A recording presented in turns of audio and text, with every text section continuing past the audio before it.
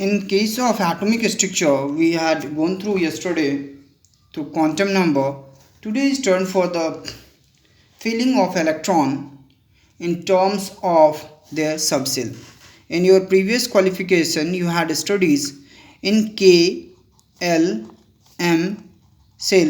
What is the number of electron accommodate in this cell K, L and M? It depends on the value of electron accommodation capacity of different cell. But now it turn up in the sense of subcell. In subcell we have to study about the S subcell, then P subcell, then D subcell and F subcell.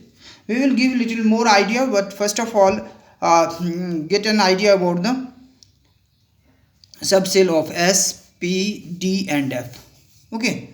So S having a spherical in shape, memorize this, S having a spherical in shape and their capacity of electron accommodation is maximum 2. Their of electron capacity is accommodation is maximum 2. Or every one pair of electron takes one block. So how many block it have? Only one space.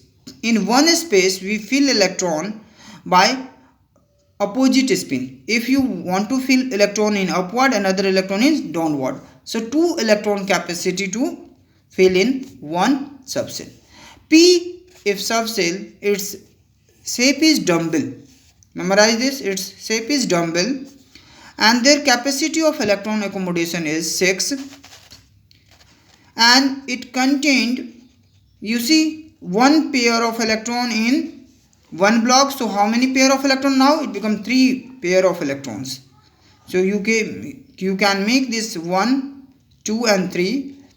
In every block maximum electron containing is 2 electrons in every pair, right?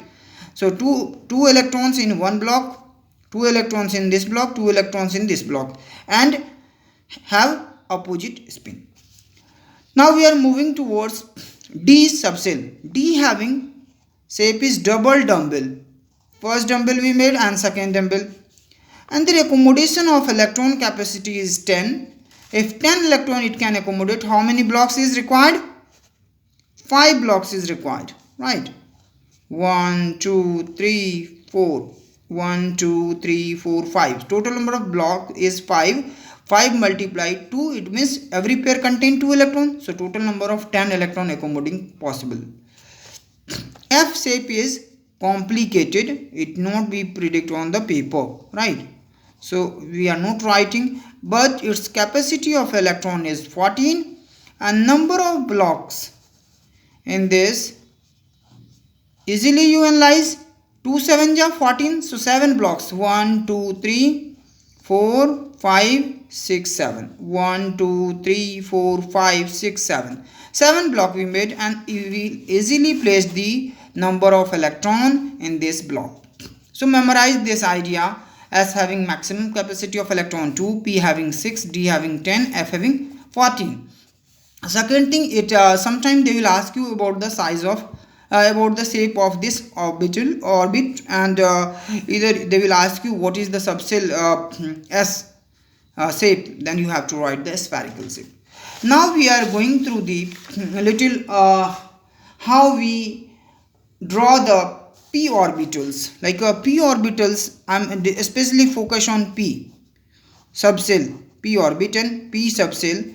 What you will do, p having 3 blocks as I taught you, this and this.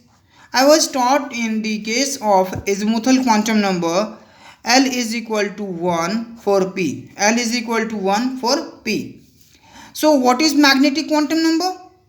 Magnetic quantum number is minus 1, 0 plus 1. I was taught you minus L2 plus L is magnetic quantum number. And magnetic quantum number specify each block. Specify unique.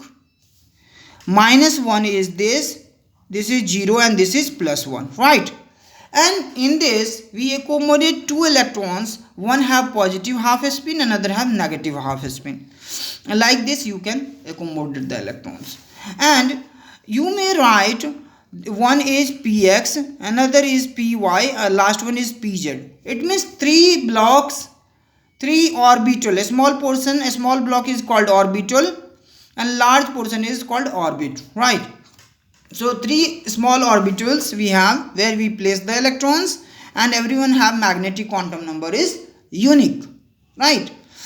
So what we will see the situation, if you write the px, orientation of px, so you can write in on the x orbital you place one dumbbell, it is x-axis, this is y-axis, or you may draw on the, it's not possible 3D is projected on the 2D paper, but anyway just to memorize x and y axis, and z is also perpendicular to x and y, right? So these type of px presentation.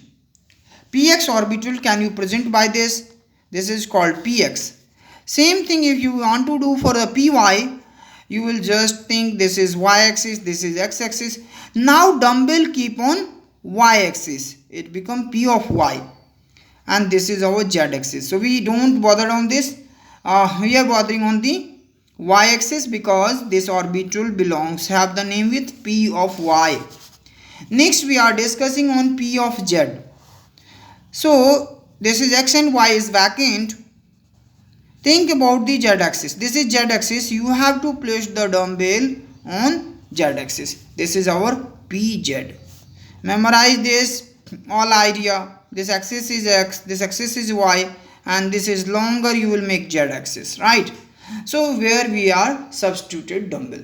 These three possible of the presentation.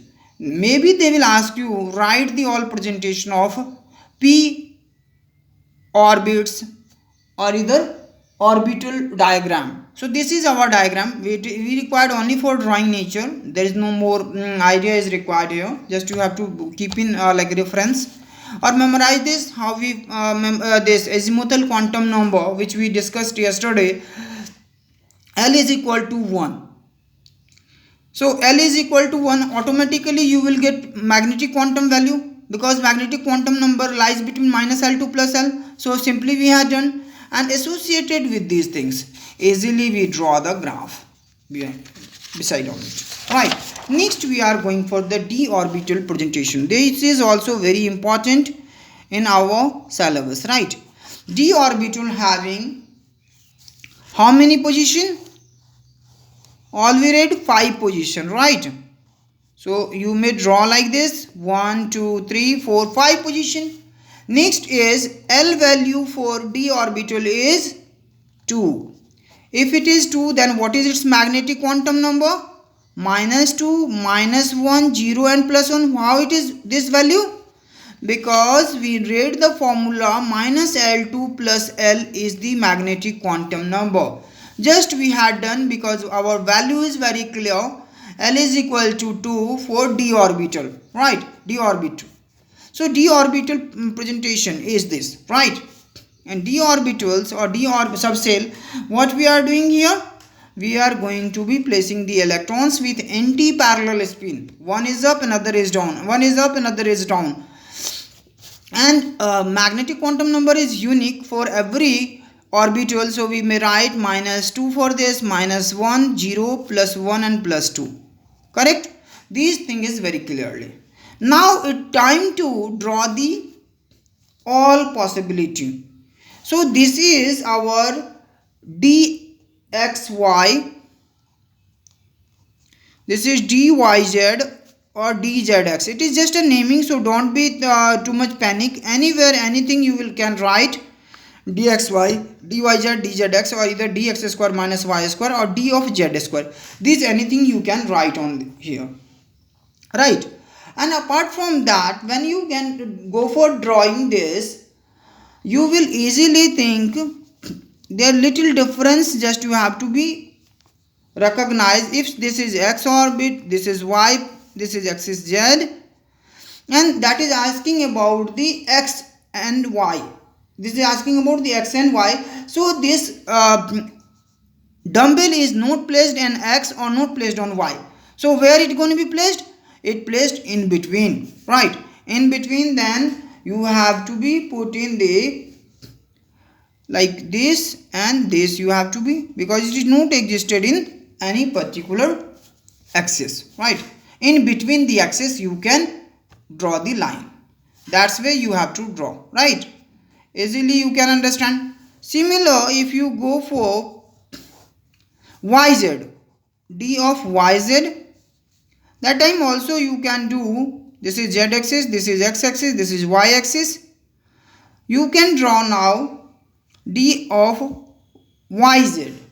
Yz, it means this you can do placed on one axis here and another is just placed on this position. This is for yz, right? Next you can draw, because just it gives an idea of drawing, so little get an idea how you go for drawing. Now they are asking for xz or zx. In this situation we are putting on, one is y, another is x, or last is z. So we are substituting here and then we are putting on this, right? These type of graph you have to draw. Next is dx square minus y square. In this case you have to draw perfectly on the axis, this is x and this is y, this is z. You have to draw on the x axis as well as y axis. See, simply you can draw like this, right?